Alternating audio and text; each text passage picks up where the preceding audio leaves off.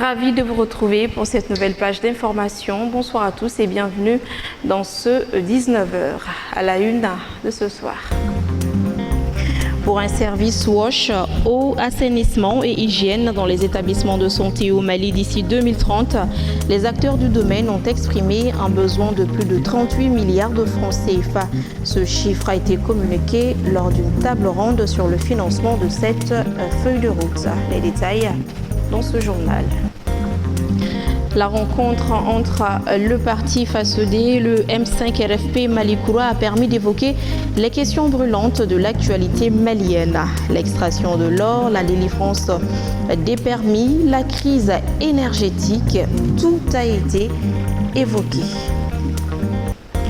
L'un des icônes du cinéma malien et africain, Souleymane Cissé, s'est éteint ce mercredi. Détenteur de plusieurs distinctions internationales, il laisse un grand vide dans le cinéma malien. Son parcours vous sera rappelé dans cette édition. Et voilà donc pour les sommaires.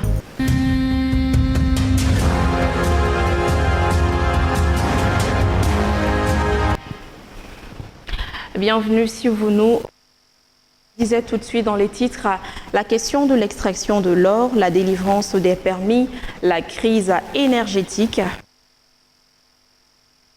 sur les services téléphoniques, ainsi que la manière sont autant de problématiques qui ont été faites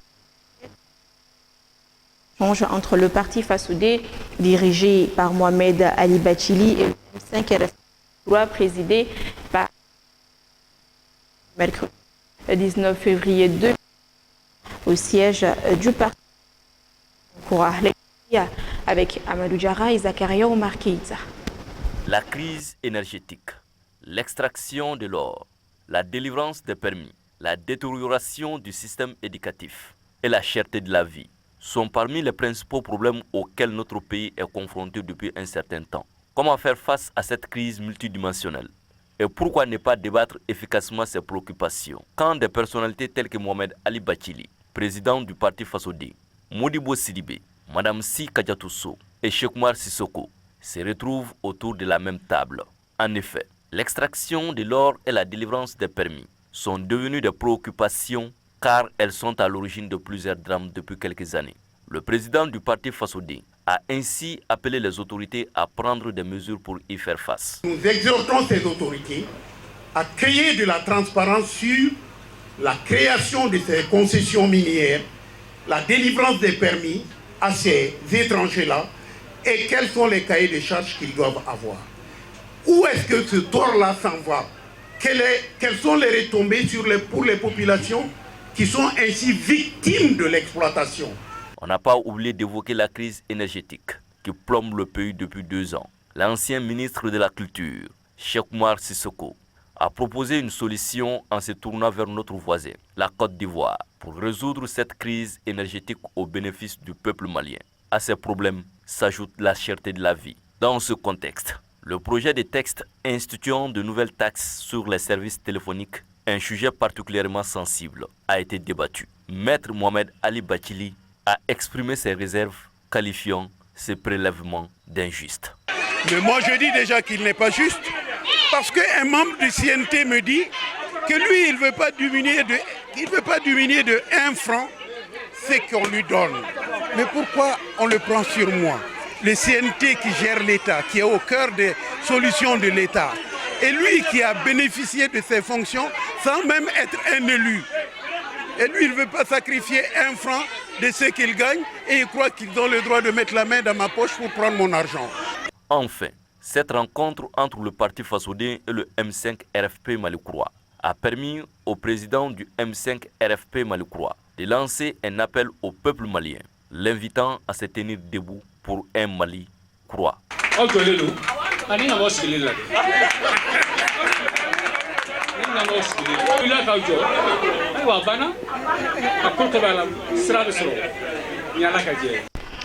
Ce jeudi, à Bamako, l'IRC Mali a organisé une table ronde de haut niveau autour du financement de la feuille de route pour l'amélioration des services WASH, eau, assainissement et hygiène dans les établissements de santé au Mali d'ici 2030. Pour ce faire, Le besoin exprimé s'élève à plus de 38 milliards de francs CFA.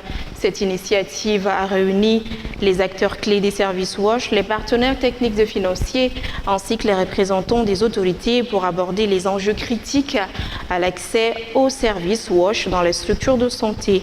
Lolo Madibate, Montala Ouattara, compte rendu. L'amélioration des services WASH dans les établissements de santé est un enjeu fondamental pour garantir la qualité des soins et la sécurité des patients. L'objectif de cette rencontre était de développer un cadre de financement durable qui permettra de soutenir la mise en œuvre des actions prévues dans la feuille de route. Les PTF se félicitent et remercient le gouvernement pour cette initiative et encourage le gouvernement à poursuivre les efforts pour créer un cadre de dialogue et d'échange avec ses partenaires de longue date intervenant dans le secteur WASH dans les établissements de santé. Comme vous le savez, l'accès à l'eau, à des installations sanitaires adéquates et à des mesures d'hygiène efficaces est un pilier fondamental de tout système de santé performant et de qualité. Au cours de cette table ronde, les participants ont discuté des opportunités de financement et des stratégies de mobilisation des ressources nécessaires à la mise en œuvre de la feuille de route. La situation actuelle de nombreux établissements de santé au Mali présente encore des défis importants, notamment en matière d'accès à l'eau potable et d'assainissement. Suite à une évaluation nationale de la situation WASH dans les établissements de santé au Mali en avril 2024, une feuille de route a été élaborée afin d'apporter des réponses adaptées aux défis majeurs auxquels notre pays est confronté. Il s'agit entre autres du déficit en infrastructures WASH adaptées dans nombre d'établissements de santé, de la nécessité de mobiliser davantage de ressources financières pour soutenir les solutions durables, et enfin de l'importance d'un cadre de partenariat renforcé entre l'État, les partenaires techniques et financiers, les ONG, mais aussi le secteur privé, sans oublier la société civile. Les engagements pris lors de cette rencontre sont promoteurs et avec un effort collectif continu, le Mali pourra progresser vers l'atteinte de l'objectif 2030 d'un accès universel à des services WASH adéquats. La cérémonie de reconnaissance à 37 agents du Centre d'animation pédagogique de Kalabankoro ayant fait valoir leur droit à la retraite s'est tenue ce jeudi au lycée sportif Benoumarsi de Kabala. Un moment solennel pour les responsables scolaires de la circonscription de rendre un vibrant hommage à ces instituteurs pour service rendu à la nation. C'était en faveur de la 3e édition de la journée des enseignants. Bakary MCDB.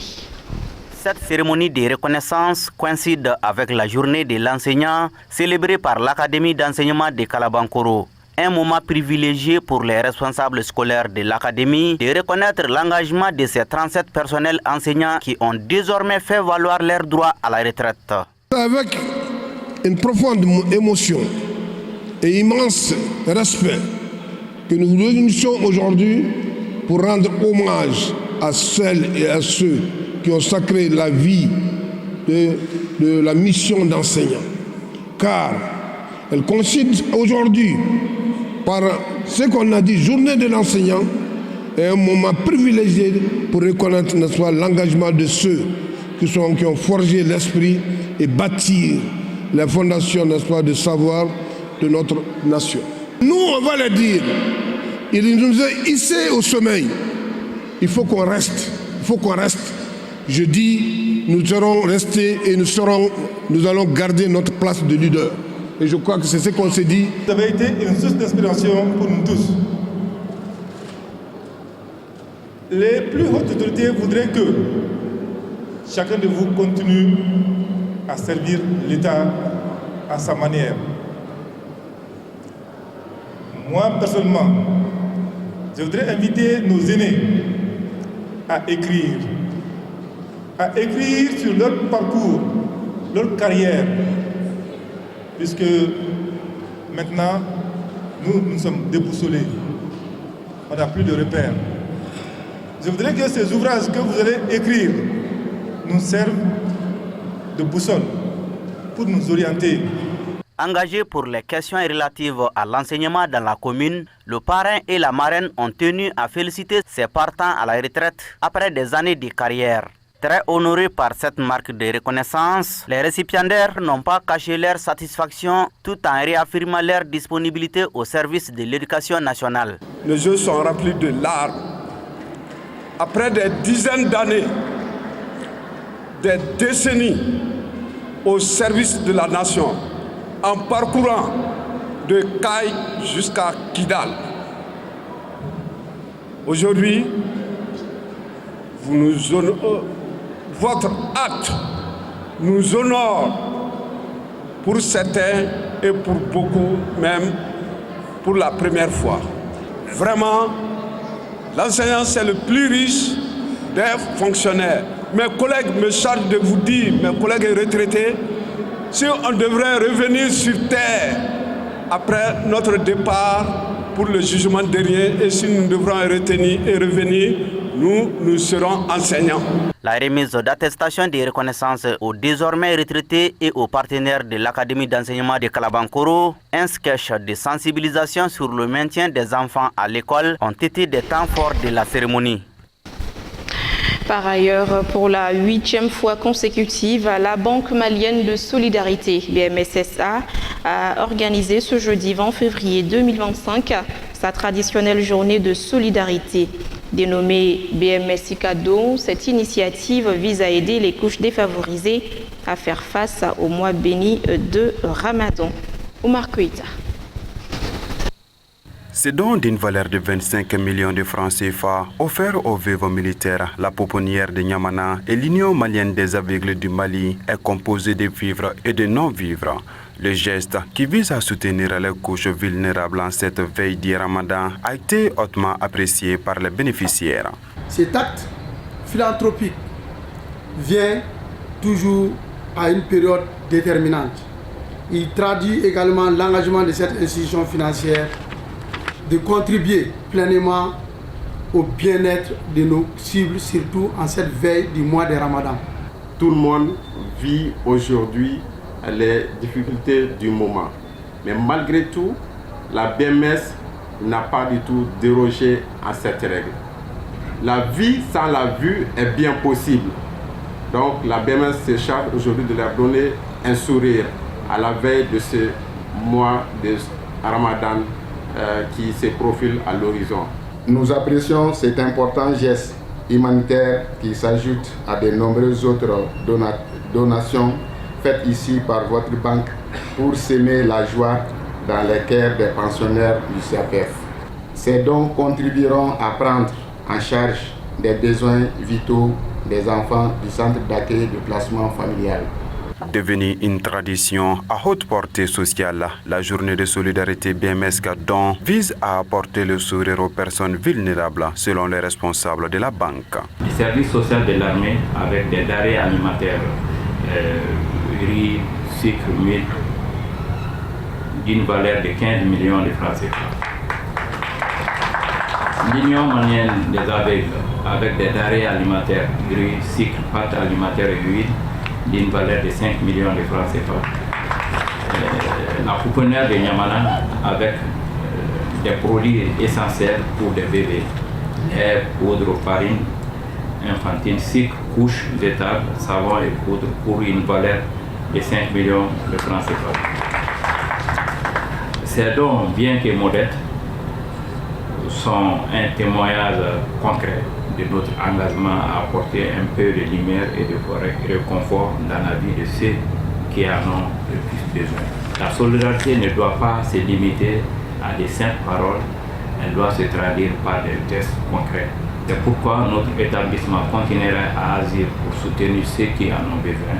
La cérémonie a pris fin par la remise symbolique des dons. Vivement la 9e édition. Les populations et les amoureux de la course épique ont vibré le samedi dernier au rythme des courses de chevaux sur le terrain épique de la ville de Ségou. C'était à l'occasion du Grand Prix Boubacar Koïta, PDG du groupe établissement Koïta et Fils, organisé par la Ligue régionale de l'hippisme de la capitale des Balanzans. Le compte-rendu est signé Jelika Guindo. Une semaine après les activités du festival sur le Niger s'est déroulée le samedi 15 février 2025 au champ hippique de Ségou, la course hippique pour le Grand Prix de l'établissement Boubacar Koïta et Fils. La course organisée par la Ligue de l'hippisme et des sports équestres de la région de Ségou a enregistré la présence de plusieurs personnalités dont le donateur Boubacar Koïta. La course s'est déroulée en présence de nombreux spectateurs, des passionnés qui ont vibré au rythme des galops des chevaux. Dans une ambiance festive non moins compétitive, au niveau de Petite Poule A, c'est Pablo qui se classe premier, suivi de Forsat, deuxième Bon-Père, troisième et quatrième Alhamdou. Au niveau de Petite Poule B, premier Malik Argo, deuxième Accord, troisième Benzana et quatrième Alakagne. Chez les demi-cracks, Bakarejan premier, Union deuxième, Mandemassa troisième et Jour Kafar quatrième. Et enfin, chez les cracks, la première place est occupée par le Destin, deuxième Delta Force, troisième Djawandi et Maradona quatrième. Le Mali et l'Afrique tout entière ont perdu ce mercredi l'un de ses plus grands cinéastes. L'unique détenteur africain du célèbre Carrosse d'or s'est éteint à l'âge de 84 ans après une journée ordinaire pleine d'activités, dont une conférence de presse animée dans la matinée. Retour sur la carrière de Souleymane Cissé avec Issa Kabassidibé. Comme un film réalisé par lui-même, la mort de Souleymane Cissé a été bien scénarisée. Dans la matinée, il anime une conférence de presse avec les membres de son association pour présenter des nouveaux trophées obtenus respectivement aux États-Unis et en Gambie, avec en toile de fond donné rendez-vous pour le FESPACO où il est membre du jury d'honneur. Séquence émouvante, un petit oiseau vient se pencher autour du conférencier du jour comme pour annoncer une bonne nouvelle selon notre tradition. Au lieu de la bonne nouvelle, c'est le contraire que le monde entier apprend vers 17h. Les réseaux sociaux sont inondés d'images de l'enfant de Niamina avec l'écriture RIP sur ses photos. Le Mali venait de perdre une de ses têtes couronnées.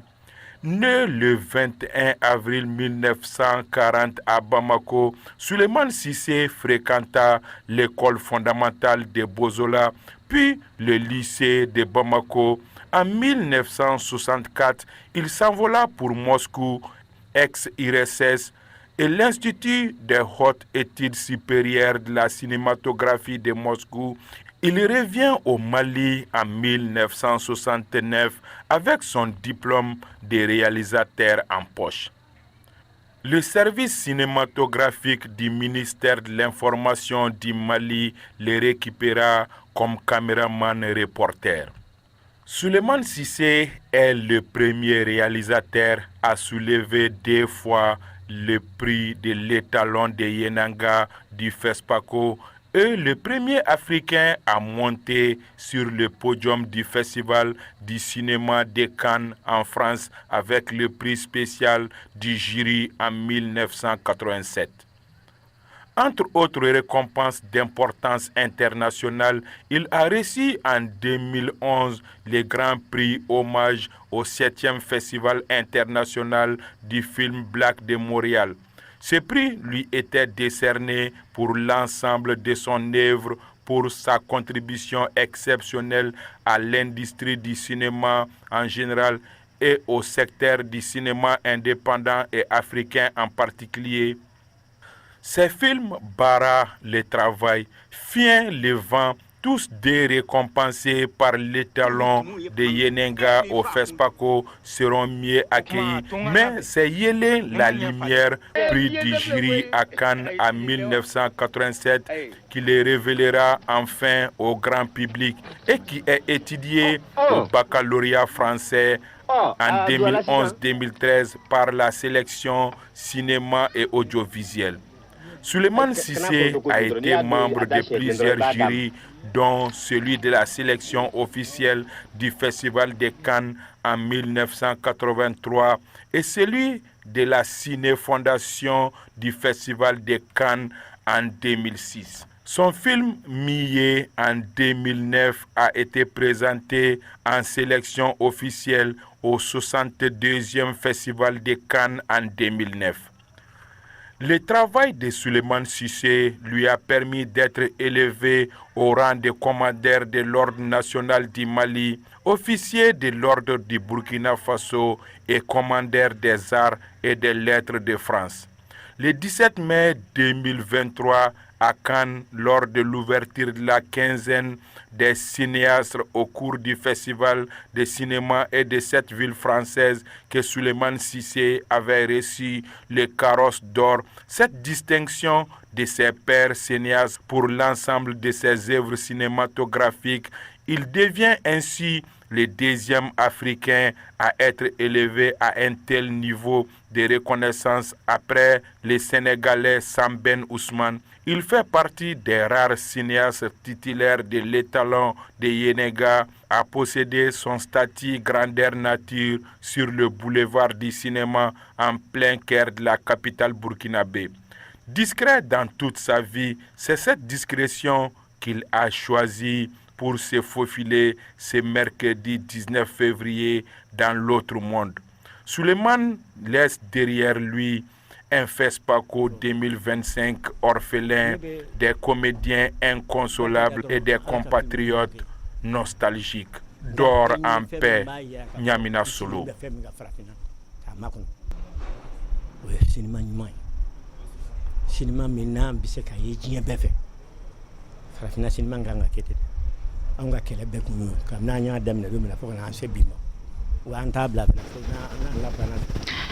La vie est ainsi faite. Cette édition est terminée. Merci à tous ceux qui ont contribué à sa réalisation. Un grand merci à vous également de l'avoir suivi. Au plaisir de vous retrouver demain pour de nouvelles éditions. Bonsoir.